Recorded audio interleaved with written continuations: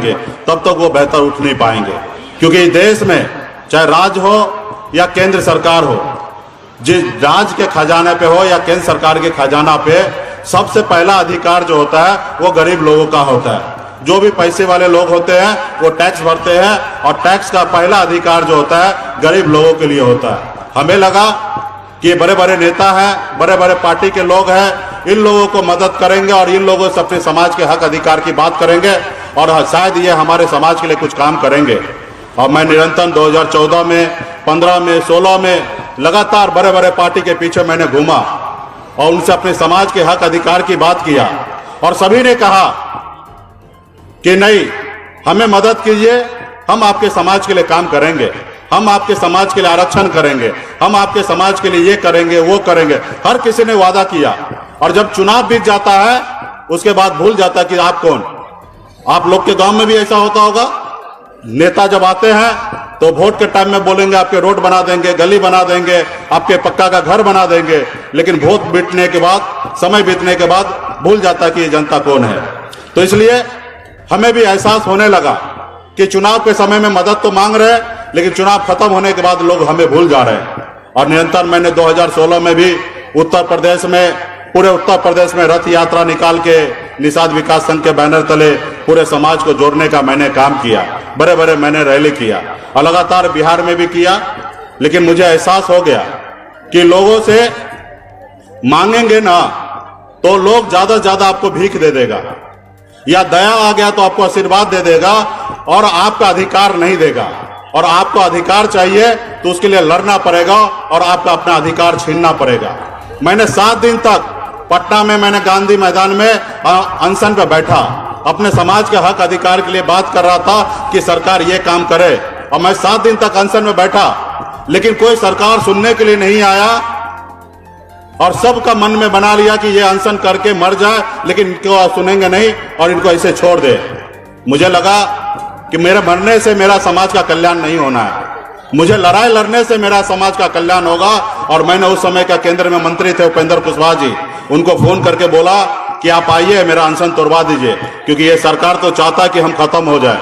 वो हमारे केंद्रीय मंत्री आए और फिर अनशन हमने तोड़ाया। और उसी रोज मैंने निर्णय लिया कि नहीं, अभी इस देश में पावर अपने हाथ में चाहिए। और 2017 में मैंने लगातार अपने समाज के साथ में काम करना चालू किया और 18 में मैंने एक पॉलिटिकल पार्टी बनाया बिहार में, और उस पार्टी का नाम है विकासशील इंसान पार्टी, वीआईपी पार्टी। और मजबूती से मैंने लड़ाई लड़ा, लेकिन 2019 में हमें सफलता प्राप्त नहीं हुआ, क्योंकि मोदी जी बात मान नहीं रहे थे और यूपीए के साथ मैंने गठबंधन किया, लेकिन सफलता प्राप्त नहीं हुआ।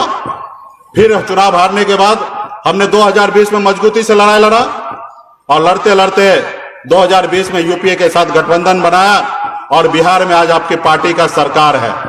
आज हमारे 4 विधायक हैं और बिहार में एनडीए गठबंधन का सरकार है। और वहां पे भले 4 विधायक हमारे पास है, लेकिन ताकत जितना 74 वाले के पास है उतना ही हमारे पास भी है। जितना 42 वाले के पास ताकत है उतना ही हमारे पास है। आज हमारे पार्टी ने समर्थन दिया तो बिहार में मुख्यमंत्री बना। तो आप कह सकते हैं कि बिहार में निषाद का बेटा ने बिहार में मुख्यमंत्री बनाया है। आज माननीय मुख्यमंत्री श्री नीतीश कुमार जी के नेतृत्व में बिहार में हमारी सरकार चल रही है। और मैं अभी खास करके गरीब, पिछड़ा, अति पिछड़ा के लिए मैं कल्याण के लिए बहुत सारा काम कर रहा हूं। आपको आश्चर्य होगा कि बिहार ऐसा राज्य है कि देश में ऐसे स्कीम कहीं पे भी नहीं चल रहा है। हम 90% तक सरकार के तरफ से अनुदान देते हैं गरीब के लिए, खास करके अति पिछड़ा निषाद के बेटा को। अगर 4 पशु पालना है तो 3,34,000 रुपया का स्कीम में सिर्फ 34,000 रुपया भरना है, 3 लाख रुपया सरकार देगा और आप 4 पशु पालिए, अपना घर चलाइए।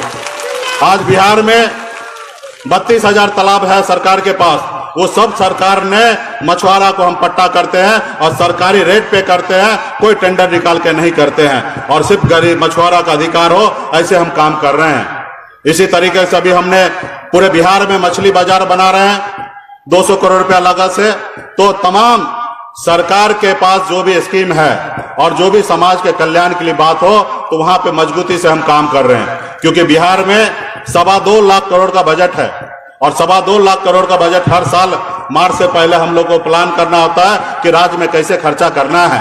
और वो खर्चा करने के समय में बिहार के निषाद ने ऐसी ताकत बनाया कि वो 4 पार्टी अगर निर्णय लेता है, उस 4 पार्टी में एक पार्टी वीआईपी पार्टी है और वीआईपी पार्टी भी निर्णय लेता है कि समाज के हक अधिकार के लिए काम करेंगे। खास करके उत्तर प्रदेश में मैं जो देख रहा हूं, जितना हमारा समाज जागरूक है, इतना जागरूक बिहार में नहीं था।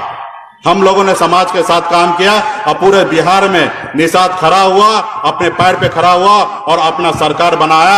आज बिहार में हमारे समाज के लिए कोई दुख तकलीफ नहीं है। लेकिन मेरा मुख्य उद्देश्य है, मैं बिहार मुंबई से आया, मेरा एक ही मुख्य मकसद था कि निषाद समाज को आरक्षण दिलाना, और ये आरक्षण हमारा अधिकार है, हमें संविधान में दिया हुआ आरक्षण है, लेकिन इस देश में सरकार ने हमें लागू नहीं कर रहा है। आज आप देखेंगे बगल में दिल्ली है, दिल्ली में आरक्षण मिल रहा है निषाद को।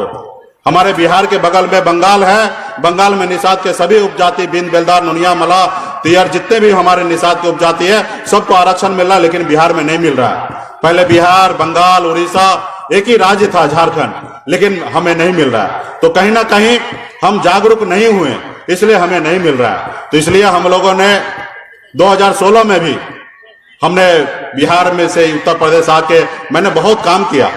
जो आज डॉक्टर साहब हैं, निषाद पार्टी कहते हैं, उसको मैंने जेल से बाहर निकाला। उनको चंपा देवी में रैली कराया, लखनऊ में रैली कराया, हर तरह से उनको हमने मदद किया। और मैंने कहा कि आप उत्तर प्रदेश संभाले और हम बिहार संभालते हैं, और मजबूती से हम लोग दोनों भाई काम करेंगे, अपने समाज का हक अधिकार दिलाएंगे। जब दिल्ली जाने का बात आएगा तो आप भी चलिएगा और हम भी चलेंगे, और मजबूती से दिल्ली के सरकार से अपने आरक्षण की बात को करेंगे। लेकिन उन्होंने, आप सबको पता है क्यों क्या कर रहे हैं। आज पॉलिटिक्स में बहुत ज्यादा नॉलेज है, अपने आप को कहते हैं हम पॉलिटिकल गॉडफादर हैं, हम राजनीति में बाप है, भागवान है, लेकिन वो काम क्या कर रहे हैं। 2018 में उन्होंने, ये हमारे पास आत्माराम जी हैं जो अखिलेश जी के पिताजी हैं, समाज के हक अधिकार के लिए 2015 में इनके बेटा को शहीद होना पड़ा। और जब 2018 में अखिलेश जी जब इनको टिकट दे रहे थे कि तुम सांसद बन जाओ, चुनाव लड़ो, तो इन्होंने डर से बोला नहीं, हमें चुनाव नहीं लड़ना है, क्योंकि हम निषाद पार्टी के साथ हैं, हम निषाद पार्टी के साथ रहेंगे, हम अपने समाज के हक अधिकार की बात करेंगे, मुझे चुनाव नहीं लड़ना है, हमें चुनाव नहीं लड़ना है। इन्होंने ईमानदारी से ये कहा। और फिर क्या हुआ, निषाद पार्टी संजय जी ने क्या किया, अपने बेटा को सांसद बना दिया। उस समय 1 साल का चुनाव था, उस समय अपने वजूद को दिखाना था, ताकत को दिखाना था। जो हम कहते हैं कि हमारे पास 15% वोट है, तो 15% वोट दिखाना पड़ेगा। आज जिस तरीके से हम रैली कर रहे हैं, हम बता रहे हैं कि हमारे पास ताकत है, लोग हमारे पास है, इसके लिए रैली करने की आवश्यकता गिरता है।